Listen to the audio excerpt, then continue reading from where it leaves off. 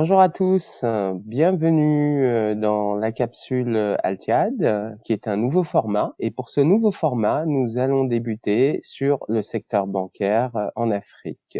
Pourquoi le secteur bancaire en Afrique? Parce que l'Afrique bancaire représente un marché potentiel de 450 millions de clients.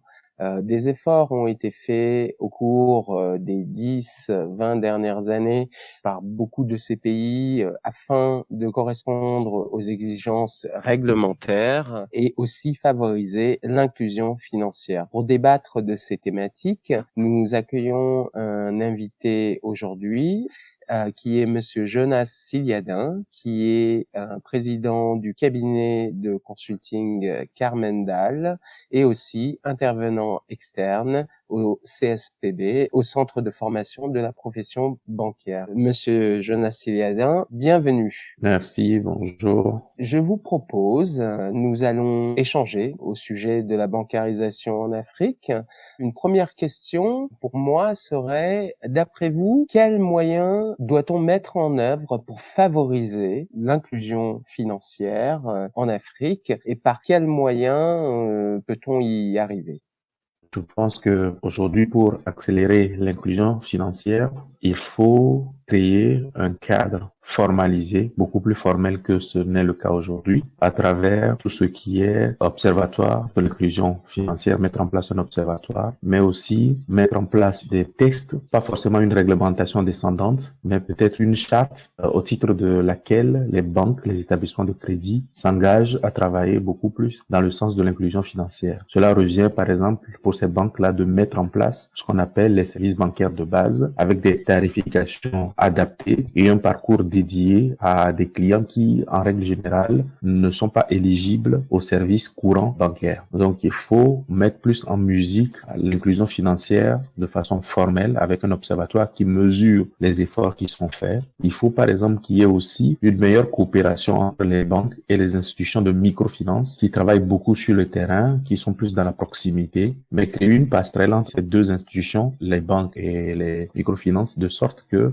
il y ait un parcours qui permette à un client qui est en train de se fragiliser de pouvoir être orienté vers une institution de microfinance et inversement pour des clients des microfinances qui ont envie de se développer, qui sont plus prospères, de pouvoir accéder aux banques. Donc, une charte, un observatoire et un ensemble de services et de parcours dédiés aux clients qui sont fragiles ou exclus du système. D'accord. Réponse très large et très riche, très précise sur ces éléments.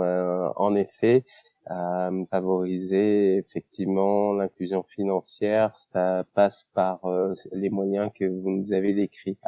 Je continue sur ma question suivante, qui est une question plus générale sur la réglementation bancaire en Afrique, à savoir que par exemple des pays tels que le Ghana et le Nigeria, je dirais beaucoup de pays anglophones mais aussi francophones, ont fait des efforts considérables pour se répondre aux exigences de BAL 2, BAL 3 et FRS. Où en est-on dans l'ensemble aujourd'hui en Afrique? Depuis la fin de la crise financière, les autorités de régulation dans toutes les zones monétaires de l'Afrique ont fait l'effort d'aligner leurs dispositifs sur les évolutions baloises, les standards internationaux, des textes américains comme FATCA, et donc de faire en sorte que cette partie de l'Afrique, enfin du monde aussi, l'Afrique, puisse présenter, afficher un niveau de surveillance prudentielle, mais aussi au-delà de la gestion des risques, suffisante pour atténuer un peu l'aversion au risque qu'on peut avoir vis-à-vis de l'Afrique. D'une manière générale, il y a plusieurs zones en Afrique. Donc l'Afrique du Nord a un alignement presque systématique et parfait par rapport au dispositif balois aujourd'hui. L'Afrique de l'Ouest avec l'UEMOA est un petit peu entre BAL 2 et BAL 3, même il parle de BAL 2 et demi. Et puis vous avez l'Afrique australe, l'Afrique du Sud, les grands groupes de l'Afrique de l'Est aussi, qui font cet effort-là.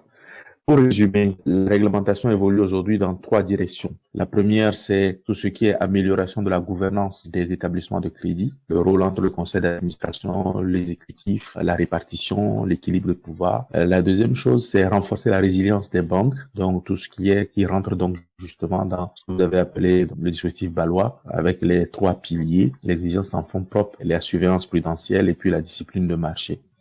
Et dernier aspect, tout ce qui est protection des intérêts du client, avec la clarification des contrats, l'obligation d'afficher clairement les tarifs, de traduire dans certains pays, par exemple, de traduire le contrat de crédit dans des langues locales, que le consommateur puisse se déterminer en toute connaissance de cause, et l'obligation d'afficher les tarifs dans toutes les agences pour que les clients sachent ce à quoi ils sont confrontés. Donc, c'est dans ces trois directions que vont les évolutions réglementaires en Afrique. Amélioration de la gouvernance, résilience des établissements de crédit et protection des intérêts du client. Je vous remercie beaucoup pour cette réponse vraiment très précise et pointue. Et en effet, les efforts devront être faits, notamment au niveau de la transparence. Et dans votre dernier point, vous parliez de clarté vis-à-vis du consommateur, de pouvoir effectivement traduire les contrats dans les différentes langues. Je vous remercie.